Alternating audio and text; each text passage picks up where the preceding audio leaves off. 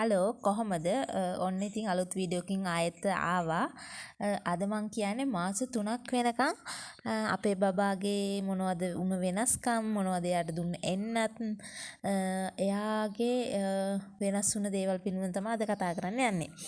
ඉතින් පළවෙනියටම කියන්න ඕන මෙයාට දුන්න එන්නත් ගැන කතා කරොත් අපිට මුලින්ම බබා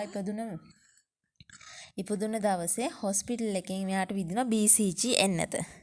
BCG එන්නත විදලා තමයි හොස්පිටල් එකෙන් එවන්නේ. එතකොට ඒ BCG එන්නතේ සලකුණ තියෙන්න ඕන. මාස 6ක් වෙනකොට ඒ සලකුණ ආවේ නැත්තම් හොස්පිටල් එකෙන් කිව්වා එහෙම සලකුණ මාක් එක පේන්නේ නැත්තම් ආයෙම ගිහින් MOH එකට කියලා මිඩ්වයිෆ්නිස්ට කියලා ඒක විද ගන්න කියලා. ඒක තමයි පළවෙනි දුන්න එන්නත. එන්නත් ගැන කතා කරොත් ඊළඟට මෙයාට දෙන්නේ මාස 2 එන්නත. එතකන් වෙන කිසිම එන්නතක් හම්බ වෙන්නේ නැහැ. එතකොට මාස 2 එන්නත ගැන කතා කරොත් අපි ඒක එන්නත් රෝග 5ක් වළක්වන්න තමයි ඒක දෙන්නේ. එතනදී අතටයි කකුලටයි එන්නත් දෙකක් විදිනවා. ඊට පස්සේ මුඛ පෝලියෝ සඳහා කටට බින්දු දෙකක් දානවා. එතනදී මේකේ පංච සංයුජ එන්නත කියන්නේ ඒක මුඛ පෝලියෝ එන්නතයි අජීවී පෝලියෝ එන්නත එක. ඒ ටික තමයි දෙන්නේ. එතකොට මේකෙන් වළක්වන රෝග ගැන කිව්වොත් පෝලියෝ, ගලපටලය, කක්කල් කැස්ස, පිට ගැස්ම, හෙපටයිසස් B, හිමොෆිලික්ස්, ඉන්ෆ්ලුවෙන්සා B රෝග. මේ ටිකට තමයි ඇත්තටම මේ රෝග වළක්වන්න තමයි මාස 2ේදී මේ එන්නත ලබා දෙන්නේ. එතකොට දැන් මෙයාට මාස 3ක් වෙනවා. මාස 3මාරක් වෙනවා. මේ මාස 3මාර වෙනකොට මෙයාගේ ක්‍රියාකාරකම් ගැන කතා කරොත් මෙයා දැන් ඇත්තටම ගොඩාක් දේවල් පිළිබඳව අවබෝධයක් තියෙනකොත් නිවැරදි. මොකද කලින් මාස 2 ගත්තොත් එයා කටහඬවල් අඳුරන්නේ නැහැ. එයාට දුර පේන්නේ අඩුවෙන්. දැන් ඈතින් කටහඬක් ඇහුනොත් ඒ සද්දෙට අවධානය යොමු කරනවා. ඊට පස්සේ කතා කරන කෙනාට hina වෙනවා. අනිත් විශේෂම දේ තමයි අත් දෙකම පාවිච්චි කළ මේ වගේ මේක මට හම්බුනේ ඇත්තටම මෙයාට මම ගත්ත පුටුවක්. ඒ පුටුවේ තමයි තිබුණේ. ඒ කෑල්ල ගලවලා ගන්න පුළුවන්. ඒක අරන් මම තියෙනවා. එතකොට එයා උඩ තියෙන දේවල් අල්ලන්න බලනවා. අත් දෙකම පාවිච්චි කරලා දේවල් අල්ලන්න දැන් පුරුදු වෙලා ඉන්නවා.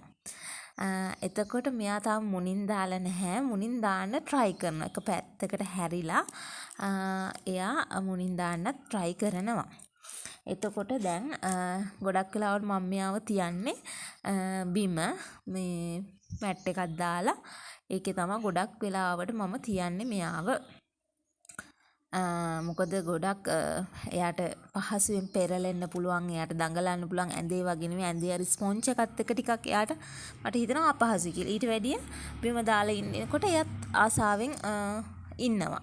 බිම ඉන්න කැමති. එතකොට සාලේ දාපුවාම ගස් කොළන් පේනවා එළියේ ජනලයක් ළඟ. එතකොට ඒව දිහා බල බල ඉන්නවා. එහෙම තමයි දැන් මේ දවස්වල වෙන්නේ. ඊට අමතරව මෙයාට දැන් සෙල්ලම් බඩුවල සද්ද වලට ඒව දිහා බලාගෙන ඉන්න කැමති. එතකොට කතා කරන අයගේ ඇස් දෙක ඈතක අපේ බල්ලා බිරුවත් එයා දැන් ගැස්සිලා අඬනවා සමහර වෙලාවට. ඒ කියන්නේ දුර ඉඳන් ඇහෙන ශබ්ද හොඳට ඇහෙනවා. ඒ වගේ ක්‍රියාකාරකම් ටිකක් තමයි මේ මාස 3 වෙනකොට වෙන්නේ. ඊට අමතරව මම මේ වීඩියෝ එකෙන් බබාගේ කන් විදින එක ගැන ඔයාලට කියන්න. මේක කියන්න ඕනේ කියලා හිතුණා. මමත් ලොකු වැරද්දක් කරගත්තා. මෙයාගේ කන් දෙක විද්දේ මාස 3මාරේ. එතකොට මාස 3මාරක් වෙනකොට මෙයාගේ කන් පෙත්ත මෝරලා.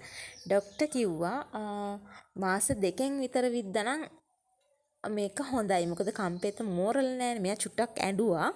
ඇඬුව නිසා තමයි ડોක්ටර් කිව්වේ මේ මාස 2කින් විතර ගෙනාවන 2.5මාරෙන් ගෙනාවනම් හොඳයි. මේක මේ එතකොට කම්පෙත මෝරලා නැහැ ලේසියි කියලා. ඒක නිසා කවුරු හරි කන් විදින්න ඉන්නවනම් මාස 6 විතර වෙනකන් නම් කොහෙත්ම ඉන්න එපා. ඒක තවත් ළමයට අමාරුයි. වේදනාව වැඩිනේ. ඒක නිසා මුලින්ම මාස 2කින් විතර කරගන්න. ඒක ඇත්තටම හොඳයි. බබාටත් හොඳයි. බබාට රිදෙන්නෙත් නෑ. රිදෙන එකත් අඩුයි. එතකොට අඬන එකත් අඩු වෙනවා. ඒක නිසා එහෙම කරගත්තා නම් හොඳයි කියලා මම හිතනවා. එතකොට ඊට අමතරව මෙයාට දැන් මාස 4 එන්නත දෙන්න තියෙනවා. මාස 4 එන්නත දෙන්න ඕනේ. මාස 4 පහු වෙලා තමයි දෙන්නේ එක. එතකොට ඒකෙත් අර පංච සංයුත එන්නතේ දෙක තියෙනවා. අර මාස 2 එන්නතේ දෙවනි අදියර විදිහට තමයි මාස 4 එන්නත යන්නේ.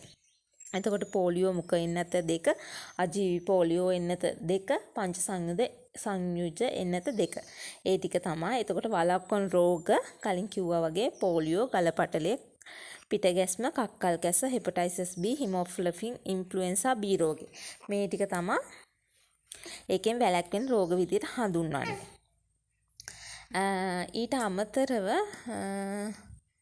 මෙයාගේ අනිත් ක්‍රියාකාරකම් ගැහුවොත් මාස 3මාරයි දැනට මම කිරි විතරමයි දෙන්නේ වෙන කිසිම දෙයක් දෙන්නේ නැහැ. මව් කිරි තමයි දෙන්නේ. ෆෝමියුලා දෙන්නේ නැහැ. අවශ්‍ය වෙන්නේ නැහැ මව් කිරි දෙන නිසා මම මාස 5මාරින් විතර මෙයාගේ කෑම පටන් ගන්න තමයි ඉන්නේ. අපි බලමු ඒ වෙනකොට කොහොමද වෙනස්කම් කොහොමද බබාගේ දවසින් දවස වෙනස්කම් වෙනවා. ඒ කියන්නේ දවසින් දවසට එයා අලුත් දේවල් ඉගෙන ගන්නවා. ඔච්චර දවස් අල්ලන්න එහෙම ටච් කරන්න මේකක් තිබුණේ අත් දෙක මිට මොලවන් වගේනේ හිටියේ. දැන් මාස 3මාර වෙනකොට එයා බලනවා දේවල් අල්ලන්න, ඒක කටේ දාගන්න, ඒ වගේ විවිධ ක්‍රියාකාරකම් වෙනවා ඉතින්. ඒ වගේ ක්‍රියාකාරකම් පිළිබඳ තමයි අද මේ වීඩියෝ එකෙන් මම ඔයාලත් එක්ක මගේ අත්දැකීම් බෙදාගත්තේ. මේ වගේ තවත් වීඩියෝ එකකින් එනකන් රැඳිලා ඉන්න කියලා ආරාධනා කරනවා.